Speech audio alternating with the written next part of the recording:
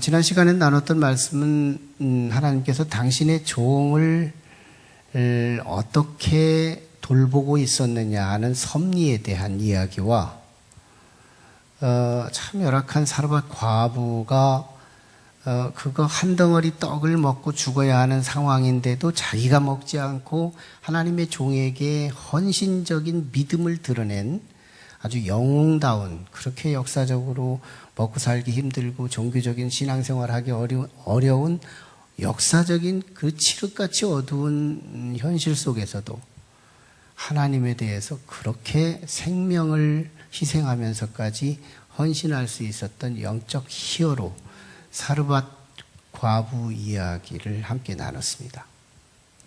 오늘 본문은 사르밧 과부 집에 이제 기적이 일어났잖아요. 이게 밀가루 떡에 밀가루가 떨어지지 않고 기름병에 기름이 떨어지지 않는 신묘막측한 이적이 일어났어요. 비가 다시 내리기 전까지. 그러니까 이제 이 하나님의 종인 엘리야가 다른 곳으로 갈 필요가 없었어요. 그 집에 기적의 가정이 됐으니까. 그래서 그 가정에 다락이 있었던가 봐요. 다락으로 올라가서 이 엘리야가 거기서 이제 기거하고 있는데 갑작스러운 황당한 아주 당황스러운 일이 하나, 사건이 하나 벌어지는데 그게 이 과부의 아들이 이 병에 걸려서 죽는 사건이 일어납니다. 얼마나 당황스러웠을까요? 그러자 이 사르밧 과부가 엘리야를 향하여 막 원망하면서 18절에서 원망 섞인 이 메시지를 전하게 돼요. 어째서 당신이 우리한테 와서 나로 하여금 죄를 알게 하고 그리고 그 죄값으로 이런 우리 아들이 죽게 되는 일을 경험하게 하셨습니까? 왜 오셨어요? 하고서 막 이 책망을 섞고 원망을 섞어서 막 질타를 하죠. 그때 놀라기는 엘리야 선지자도 함께 놀랐어요. 야, 참 내가 왜 여기 와 있는데 이 집 아이가 죽을 수 있지? 해가지고 20절에서 그가 막 자기 다락으로 올라가고 침실에 누이고 그리고 그 아이에게 3번씩이나 자신의 몸을 폈다 접었다 하면서 그를 위해 하나님께 중보기도를 합니다. 그래서 결국 하나님께서 이적을 나타나게 하심으로 이 아이가 다시 살아나요. 그때서 24절에서요. 이 사르밧 과부의 신앙 고백이 아주 명품 고백이 쏟아지죠. 내가 이제야 당신을 하나님의 사람이요 당신의 입에 있는 여호와의 말씀은 진실인 줄 아노라. 내가 이제야 당신은 하나님의 사람이요 당신의 입에 있는 말씀은 진실인 줄을 아노라. 이런 금싸라기 같은 신앙 고백이 쏟아지는 거예요. 여기서 우리는 두 가지 교훈을 먼저 생각해야 합니다. 먼저는 본질적 교훈을 찾아야 되는데요. 제가 오늘 이 어린이 주일, 어버이 주일의 말씀을 오늘 본문에서 이렇게 추출을 하려고 하다 보니까 사실은 성서 기록자한테 물어보면 난 그런 얘기로 쓴 게 아니거든. 그러면 내가 할 말이 없어요. 그래서 본질적인 메시지를 먼저 제가 교훈을 받고 묵상하고 그 다음에 이제 어린이 이야기, 어버이 이야기를 함께 다루면 더 풍성한 메시지가 될 수 있어서 오늘 말씀 먼저 본질적 메시지부터 한번 발견을 하려고 그래요. 오늘 말씀은 사르밧 과부가 적어도 자신의 신관, 즉 하나님에 대한 자신의 견해가 수정되는 과정을 다루고 있습니다. 사르밧 과부는 그 엘리야를 만나기 전에 이교도였거든요. 이교도라는 말은 타종교를 믿고 있는 신앙인이었다 그 말이에요. 이교도의 특징이 뭔지 아세요? 이교도의 특징은 기복적 신앙을 가진 데 특징이 있어요. 기복적 신앙이다. 이교도의 특징은 다 그래요. 잘 지금 보면 유교 기복적이에요. 그 다음에 불교 기복적이에요. 심지어 가톨릭도 기복적이에요. 아무튼 기복적이지 않지를 않아요. 또, 이슬람교 기복적입니다. 힌두교 기복적이에요. 조로아스터교 기복적이에요. 기복적이라는 게 무슨 뜻이에요? 기복은 신이라고 하는 존재는 내가 잘되게 하기 위해서 내가 믿는 것이지 결코 내게 무익하다면 그 신은 버릴 수 있는 대상, 이 정도로 믿는 믿음. 내게 적어도 밀가루독에 밀가루가 떨어지지 않거나 기름병에 기름이 떨어지지 않게 하는 신이라면 내가 받아들이겠지만 내 아들을 죽일 정도 되는 신이라면 나 버리겠다는 거예요. 나를 시험 들게 하는 신은 버리겠다는 거예요. 그래서 기복적 신앙이 교회에 왔다가 다 떠나는 겁니다. 기복적 신앙이 대부분 거기서 이게 마치 애벌레가 나비가 되어가는 과정 속에 날개가 돋지 못하고 계속 애벌레 역할만 하다가 신앙이 그냥 중도로 끝나버리는 경우들이 이 기복적 신앙에서 머물기 때문에 끝나는 거거든요. 예수 믿다가 실족하죠. 예수 믿다가 안 믿어요. 다 이 기복 신앙 때문에 그렇거든요. 이 사르밧 과부는 기복적 신앙이었어요. 그는 이교도였었으니까요. 그 신앙을 가지고 그대로 엘리야의 하나님을 만난 겁니다. 엘리야의 하나님을 만나서 엘리야의 하나님을 만나니까 매력스러워요.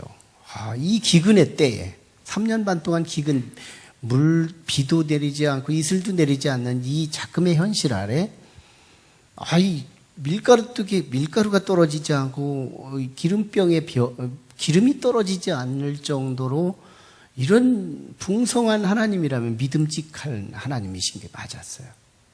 자기 코드에 맞는 거예요. 기복적 신앙의 코드가 맞아요. 그래서 이 사르밧 과부는 엘리야의 하나님을 자기 하나님으로 도입한 겁니다. 믿은 거예요. 그런데 아직 기복적 신앙과 이교도적 신앙의 양식을 벗어나지 못한 거예요. 못 벗어났어요. 그런 상황에서 갑작스럽게 아들이 병들어서 죽게 된 거예요. 깜짝 놀랐죠.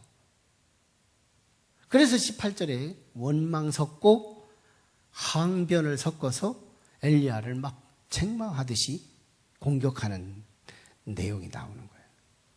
그래서 엘리야 선지자가 결국은 중재 역할을 해가지고 3번씩이나 굽부려서 그를 향하여 기도했다가 이적으로 나타나 얘가 부활을 하게 됩니다.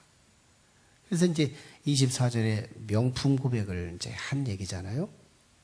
그러니까 이 기복신앙을 가졌던 이 사르밧 과부의 믿음은 신관이 수정되고 있어요. 뭐예요? 이제까지는 나의 하나님은 그저 먹거리나 공급해주는 하나님인 줄 알았는데, 그래서 아들이 죽으면 하나님도 손을 떼는 하나님인 줄 알았는데, 내가 이제야 알고 보니까 아들이 죽었는데도 하나님은 영향력을 행사하는 분, 죽은 자를 살리시는 하나님. 가슴 아픔을 가지고 하나님께 호소하며 하나님께 간구하면 그 가슴 아픈 애절한 상황을 주께서 굽어 살펴주시고 응답해 주시는 하나님. 애달픈 호소의 간구 속에 하나님은 외면하지 않으시고 그 기도 소리를 들으시는 하나님. 이 기도에 하나님과는 비교할 수 없는 참 신이신 하나님. 신이 바뀌는 거예요. 신의 넓이가 달라지고요. 신의 깊이가 달라지고요. 신의 높이가 달라지고 신의 이미지가 달라지는 거예요. 와, 대단하구나. 성경은요, 성도들에게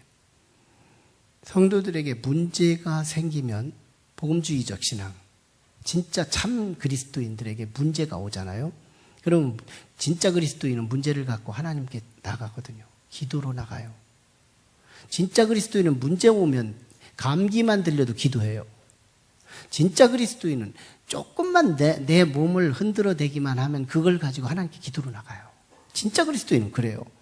그래서 기도로 하나님께 나아가다 보면 어느 한순간에 하나님께서 이것을 싹 바꿔주시는데, 그러는 과정 속에 뭘 경험하느냐. 문제는 온데간데 없어져 버리고요. 하나님은 어떤 분이라는 것이 깨달아지더라는 거예요. 이게 출애굽기 15장에 나와요. 출애굽기 15장 이전까지는요, 하나님은 구원이나 해주고 노예에서 해방시켜주는 하나님으로만 알았어요. 그런데 출애굽 홍해를 건너고 나서 개선의 노래를, 미리암의 노래, 모세의 노래를 연거푸 불어가면서 3일 동안 광야길을 걸었더니 목말라요. 물 달라고 했더니 물이 발견되는데 물이 쓴 물이에요. 그래서 쓰다고 원망을 하면서 막 왜 쓴 물을 주느냐고 외쳤더니 모세가 중보기도 했더니 그 물이 나뭇가지를 집어 넣으라고 해서 하나님 말씀을 듣고 순종하여 넣었더니 이 물이 달아진 거예요. 그리고 나서 하나님께서 나는 여호와 라파, 치료하는 하나님이니 물이건 사물이건 사람이건 치료하는 하나님이라. 그때서 비로소요 하나님이 누군지를 새롭게 발견하게 됩니다. 그 이전에는 여호와 라파를 몰랐어요. 성경에는 하나님의 신명이 여호와 하나님인데도요, 같은 하나님을 두고요, 그때그때마다 그 장면, 그 모드, 그 사건, 그 상황, 정황 속에서 만나지는 그 하나님에 대한 고백이 얼마나 다양하게 나타나는지 몰라요. 과거에 만난 하나님 에베네셀, 지금 만나고 계신 임마누엘, 앞으로 불안해서 만나주실 여호와 이레, 거기서 함께 하셨던 여호와 삼마. 네, 얼마나 많은 하나님에 대한 신명들이요, 어디서 나온지 알아요? 인간의 고통 속에서 나와요. 기복신앙은 이해할 수 없습니다. 기복신앙은 내게 주어진 고통 한 방이면 여호와를 버려요. 기복신앙은 내게 주어진 감기 한 방에도 하나님을 버려내요. 그런데요, 복음주의 신앙, 능력의 신앙, 성서적 신앙은 내게 어떤 어려움이 와도요, 하나님 버리지 않아요. 하나님께 더 가까이 가는 거예요. 그 문제 때문에 하나님을 더 찾고 더 밀착되고 더 하나님을 애절하게 찾아서 그 하나님 앞에 나가 그 문제를 해결하는데 문제는 없어지고 믿음만 남는 거예요. 하나님의 신명만 더 화려해지는 거예요. 하나님의 신의 이름이 많아지는 거예요. 그건 하나님에 대한 이해가 더 깊어지고요, 어떤 환경과 어떤 어려움이 와도 그는 좌절하지 않는다는 것을 말해요. 이게 복음주의적 신앙입니다. 오늘 본문은 그 얘기를 메인 메시지로 다루고 있는 거예요. 그리고 이제는 더 풍성한 메시지를 위해서 이제 두 인격의 정체성을 한번 소개해 보려고 그래요.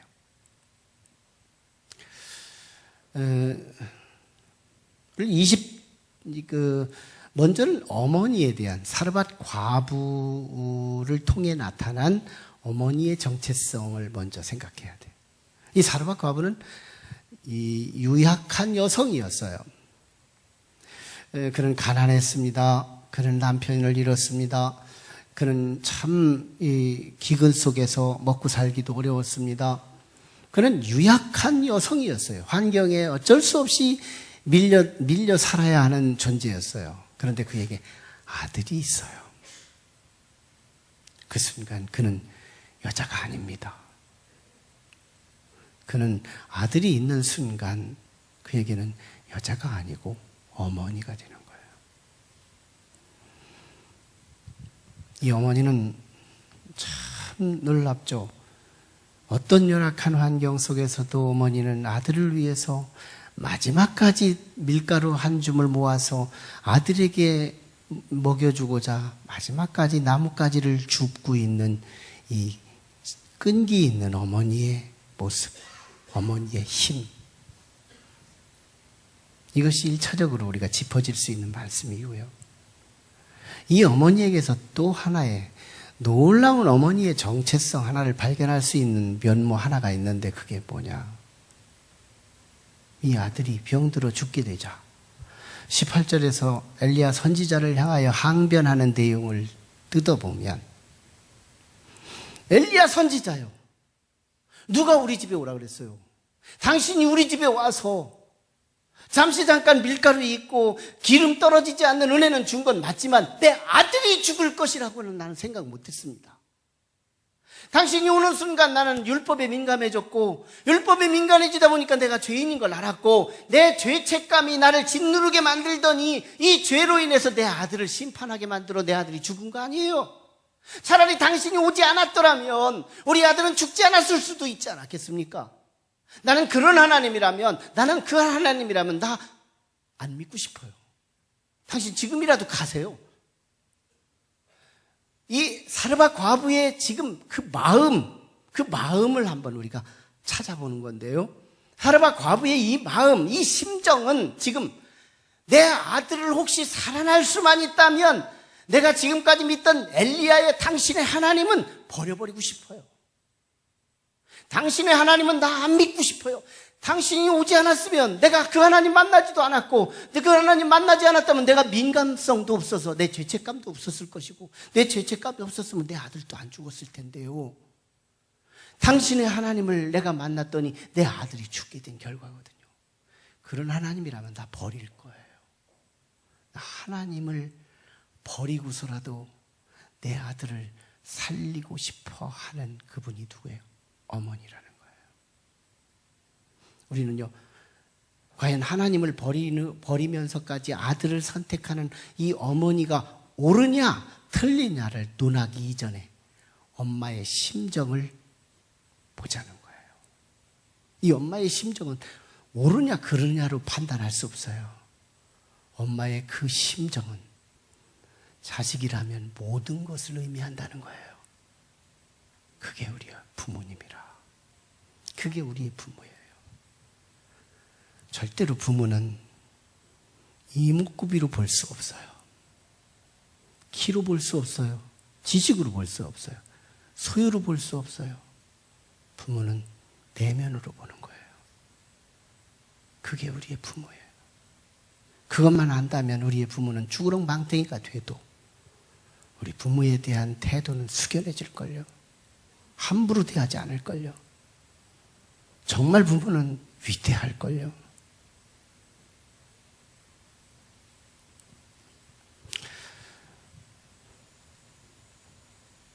(93) 하는 책이 있습니다. 프랑스 혁명 직후에 이 책이 나와서 베스트셀러가 된 책인데요. 그 책의 한 일화를 담았어요. 프랑스 혁명이 마쳐지고 혁명군들이 쭉 숲속을 지나가는데 한 어머니가 기근도 많았고요. 전쟁이 직후라서 먹고 살기도 힘든 흉흉한 시대였어요. 그때 한 어머니가 세 아들을 데리고 숲속에서 풀을 뜯어먹고 있는지 거기서 참 근근히 살고 있었어요. 그때 혁명군들이 지나가다가 한 소령이 자기가 가지고 있던 군인의 빵 하나를 그 어머니에게 던져줍니다. 그랬더니 어머니가 그걸 잽싸게 봤더니 3분으로 나눠서 세 아들에게 줘요. 그 옆에 있던 병사가 이 소령에게 묻습니다. 소령님, 저 엄마는 배가 고프지 않은가 봐요. 그때 소령이 대답해요. 저 엄마가 배가 고프지 않은 것이 아니라 저는 엄마이기 때문입니다. 엄마이기 때문이다. 엄마는 내가 배고프다고 배고픔을 느끼지 않아요. 엄마는 참 신비해요. 엄마는 여자의 모양을 취하고 있지만 그 속을 뜯어보면 도무지 여자가 아니에요. 놀라운 신비가 그 속에 숨어 있어요. 어디서 온 걸까? 이 신비, 그 여성, 유약한 그 여성의 몸 안에 들어있는 그 신비, 위대한 사랑, 어마어마한 사랑, 예측할 수 없는 그 사랑이 그 쭈구렁방탱이한 같은 우리 엄마 그 속에 들어있는 그 사랑은 어디서 왔을까? 주소가 어딜까? 우리는 성경에서 볼 수 있어요. 요한복음 3장 16절에 하나님이 세상을 이처럼 사랑하사 독생자를 주셨으니 이는 저를 믿는 자마다 멸망하지 않고 영생을 얻게 하려 함이라. 하나님의 사랑에 대해서 놀랍죠? 하나님의 사랑을 통해서 오늘 우리가 구원받아서 성도는 하나님의 자녀가 되거든요. 우리는 하나님의 자녀예요. 하나님께서 우리를 자녀로 삼기 위해서 하나님께서 제수처를 취하신 사건이 뭐냐면 하나님 되신 예수를 십자가에 내던지고 우리를 구원하신 거예요. 여기서 우리는 중요한 대비가 있어요. 하나님께서 우리를 자녀 삼기 위해서 어떤 일을 저질렀느냐 하면 하나님을 죽이고 우리를 살렸다는 거예요. 하나님을 지불해서 사람인 나를 살려내신 하나님의 이 어마어마한, 상상할 수 없는 이 어마어마한 사랑이 이 땅에서 우리 엄마 속에 있더라는 거예요. 이 땅에서 우리 엄마 속에 있더라고요.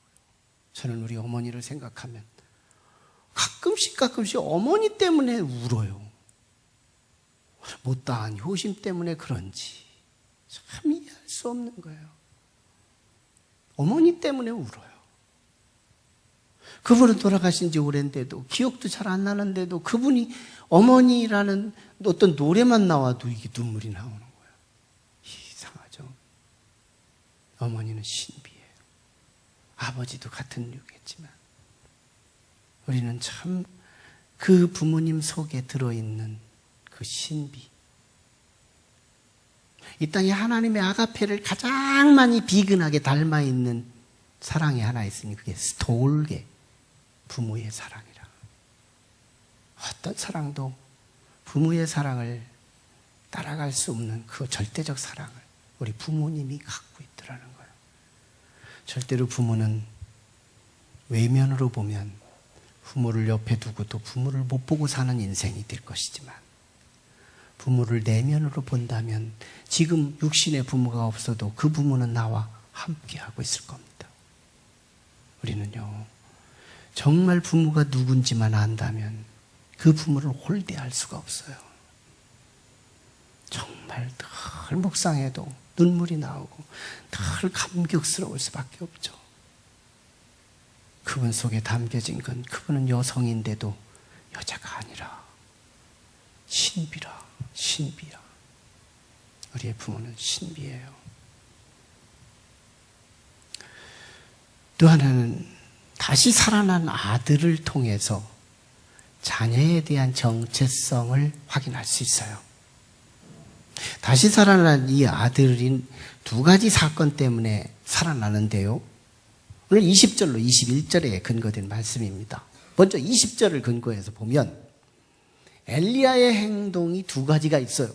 이 두 가지가 이 아이를 살려내게 하는 건데요. 아이는 도대체 어떤 존재인지를 우리가 찾아보자는 거예요. 이 아이는 지금 이 두 가지 선지자의 역할을 통해 다시 살아나게 되는 생명의 묘수를 발견하는데 엘리야 선지자는요 18절에서 이 사르밧 과부의 항변하는 기도가 소개되면서 이 기도의 토시는 다르지만 내용은 똑같은 기도를 20절에서 엘리야 선지자가 다락방에서 이 아이를 위해서 기도하는 내용이 나와요. 다시 말하면 어째서 당신이 내게 와서 내 아들을 죽게 했습니까? 이것이 18절이라면 엘리야가 하나님께 나아가면서 어째서 하나님이 이 집주인의 아들을 죽게 하셨습니까? 하는 기도는 동일한 기도였어요. 사르밧 과부의 애달프고 슬픈 이 감정을 가지고 엘리야가 그 감정을 그대로 자신의 마음에 담아서 하나님에게 나가 어째서 이 가정의 주인의 아들을 죽게 하셨습니까? 기적의 조건이다. 상대방의 그 마음을 내가 그 아픔을 가지고 그에게 접근하면 하나님은 그 기도의 중보기도의 위력과 기적을 보여주신다는 거예요.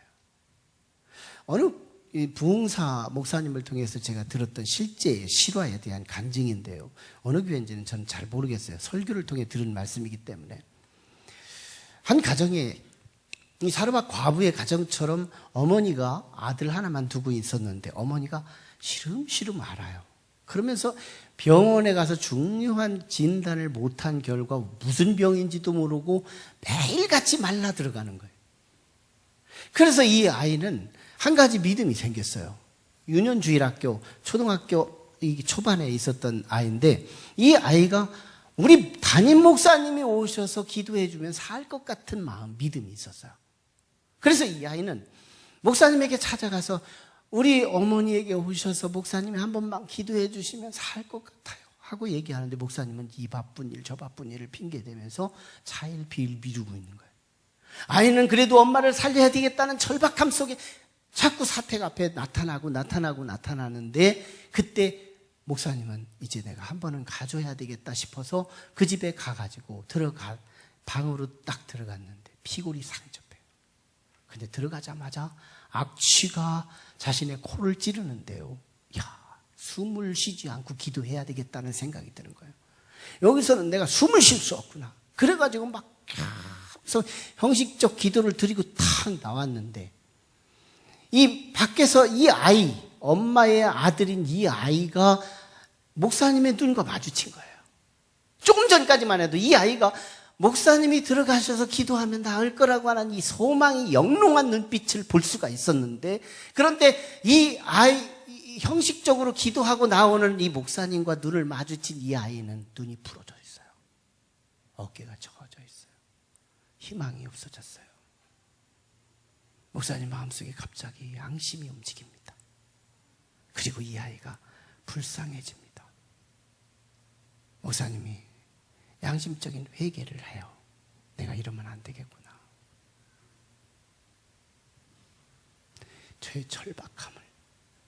저 절박함을 내 절박함으로 한번 내 속에 담아서 그를 한번 위에서 한 번은 기도해 주고 가야 되지 않겠어? 그리고 다시 들어가요. 참 묘한 기적이 일어나요. 다시 들어갔는데요, 그렇게 악취가, 숨을 쉴 수 없었던 그 냄새가 순식간에 없어졌어요. 사랑이 냄새를 중화시키더라. 사랑이 허다한 죄를 없애버리더라. 사랑의 위력이었어요. 사랑의 기적이었어요. 그래서 이 엄마를 붙들고, 이제 이 아이의 마음을 가지고 엄마를 붙들고 하나님 앞에 눈물 뿌려 막 기도합니다. 실컷 기도한들 뭐 이 기적이 있었겠어요. 그리고 나왔어요. 그래도 아들은 목사님의 눈물 흘린 그 기도의 위로를 받고요, 고맙다고 인사하고 목사님은 가셨어요. 일주일 지났어요. 그 엄마가요, 물도 삼키기 어려운 지경까지 있었는데요, 이 아이가 목사님에게 와서 빅뉴스를 전하는 거예요. 우리 엄마가 오늘 미음을 먹었다고요, 죽을 먹었다고요.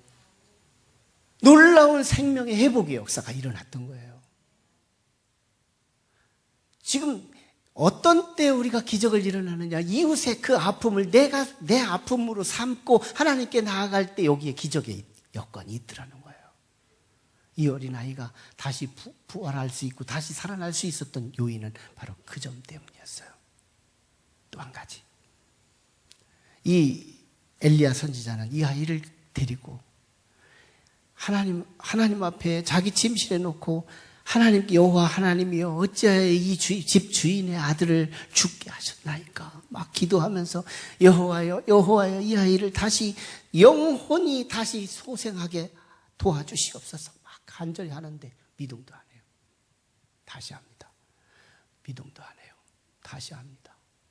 3번을 반복하는 거예요. 구약 성경은 상징적 메시지가 너무너무 많이 담아 있거든요. 3, 하늘의 숫자예요. 성부, 성자, 성령, 신의 이름으로 하나님께 기도로 나갔다. 믿음으로. 그런데요, 엘리야의 기도하는 제스처가 달라요. 이 아이에게 자신의 몸을 엎으렀다가 다시 일어나고, 엎으렀다가 다시 일어나고를 3번 했다는 거예요. 이게 뭐예요? 사랑의 온도를 전이시켜주는 거예요. 온도가 옮겨지고 있는 거예요. 이 사랑이 누군데요? 아버지가 부어주신 사랑이지요. 아버지가 부어주신 그 사랑을 이 아이에게 전달해 주는 거예요. 뭐가 사는 거예요? 사랑이 생명으로 이어지더라는 거예요. 사랑이 생명으로 이어지더라. 오늘 우리는 우리의 자녀들을 양육할 때요, 밥 먹이면 끝나는 줄 알아요. 옷 사주면 끝나는 줄 알아요. 대학 가르치면 끝나는 줄 알아요. 생물학적으로 그 아이들을 양육하고 있다고 부모의 의무와 사명을 다했다고 생각한다면 우리는 틀린 거예요. 우리는 후회할걸요? 분명히 후회할걸요? 지금 오늘 우리의 자녀들은 생물학적으로는 살아있지만 그의 용기가 죽어 있어요. 그의 믿음이 죽어 있어요. 그의 꿈이 죽어 있어요. 그의 내면이 죽어 있어요. 우리의 자녀들을 다시 우리가 회복시키고 진정한 자녀, 내 자녀가 내가 원하는 그 이상의 자녀로 양육하고 다시 회복되기를 원한다면 난 엘리사의 그 액트를 다시 한번 답습해야 된다고 봐요. 먹여주고 입혀주고 가르치는 것으로 끝내는 부모가 아니라 하나님께서 내게 어마어마한 정말 계산할 수 없는 측량할 수 없는 부어준 그 사랑을 하나님이 주신 내 선물에게 덮어주고 이불처럼 덮어주고 옷처럼 입혀주는 이 사랑의 은혜가 있을 때 그 아이들은 다시 내가 기대했던 그 이상의 놀라운 자녀로 일어나게 될 줄 믿습니다. 죄송해요. 우리의 각 가정에 여러 가지 열악한 환경 속에 이 코드에 맞지 않는 분들도 계시지만 한편으로는 내 자신이 자녀라는 사실도 기억하시고 하나님의 말씀은 누구에게나 적용됨을 알고 하나님의 위로가 있었으면 좋겠습니다. 참으로 우리는 신비 속에 살아요. 우리의 부모님이 신비라면 지금 이렇게 하면 안 되죠. 그 부모를 다시 만나고 다시 바라볼 수 있어요. 그리고 우리의 자녀는 살았다고 하는 이름은 있으나 실상은 죽은 자녀가 많아요. 사랑이, 일용할 사랑이 필요해요. 일용할 용서가 필요해요. 일용할 용납이 필요해요. 우리는 그 아버지가 부어주신 내 양식, 영원한 재산, 엄마한테 주고 아빠한테 줄 수 있는 그 뜨거운 사랑을 그에게 한없이 퍼부을 수 있는 새로운 사명으로 다시 일어나기를 주의 이름으로 축원합니다. 기도하시죠. 이 시간 우리 같이 기도하실 때 하나님, 오늘 어린이 주일을 통해서 어버이 주일을 통해서 무엇이 어머니인지 무엇이 부모님인지 무엇이 우리의 자녀고 우리의 자녀는 어떻게 해야 살 수 있는지 우리는 그 비밀을 알았습니다. 우리는 옆에 있는 부모님은 당연히 우리의 것이고 우리 옆에 있는 우리의 자녀는 당연히 내 것이라고만 생각하며 우리는 안주하고 왔어요. 후회의 길로 가고 있습니다. 이 특정한 우리 어린이 주일과 어버이 주일을 통해서 오늘 우리의 태도를 수정하기 원합니다. 사르밧 과부의 하나님에 대한 인식과 자녀에 대한 인식의 수정이 일어난 것처럼 오늘 우리들도 하나님에 대한 수정과 인식의 수정과 하나님 우리 사람에 대한 우리 가족에 대한 새로운 태도의 수정이 일어날 수 있도록 하나님 도와주시옵소서. 우리 말씀을 의지해서 함께 우리 사모하며 같이 기도하겠습니다. 걸어가신 아버지 은혜를 고맙습니다. 오늘 우리에게 주신 음성이 아버지의 음성이 되기 원합니다. 하나님 도와주세요. 우리를 사랑해 주세요. 우리 가운데 함께 하신 그 주님을 다시 한번 깊이 높입니다. 하나님에 대하여 우리가 너무너무 부족했고 하나님에 대해서 너무너무 협소한 지식을 갖고 행여나 우리들도 기복신앙을 갖고 있었다면 우리의 신앙은 성서적 신앙, 아버지 복음주의적 신앙, 능력의 신앙으로 우리가 수정되기를 원합니다. 하나님 역사해 주세요. 우리의 부모님은 얼굴로 보지 말고 외면으로 보지 말고 쭈구렁망탕이로 보지 말고 무식함으로 보지 말고 소요로 보지 말고 그 내면 속에 어마어마한 용광로 같은 하나님의 사랑이 부어져 있음을 알게 하시고 우리의 부모님을 향한 우리의 태도가 달라지기 원합니다. 사랑하는 우리의 자녀들이 밥 먹고 옷 입고 배움으로써 잘 자라고 있는 것 같지만 이미 죽어있는지 오래인 우리의 자녀들을 다시 소생시키고 다시 일으킬 줄 아는 복 있는 우리의 가정들로 오늘 또 다시 한번 회복할 수 있는 아름다운 은혜가 우리의 가정 속에 나타나게 하여 주시옵소서. 역사하실 예수님 이름으로 기도하옵나이다. 아멘.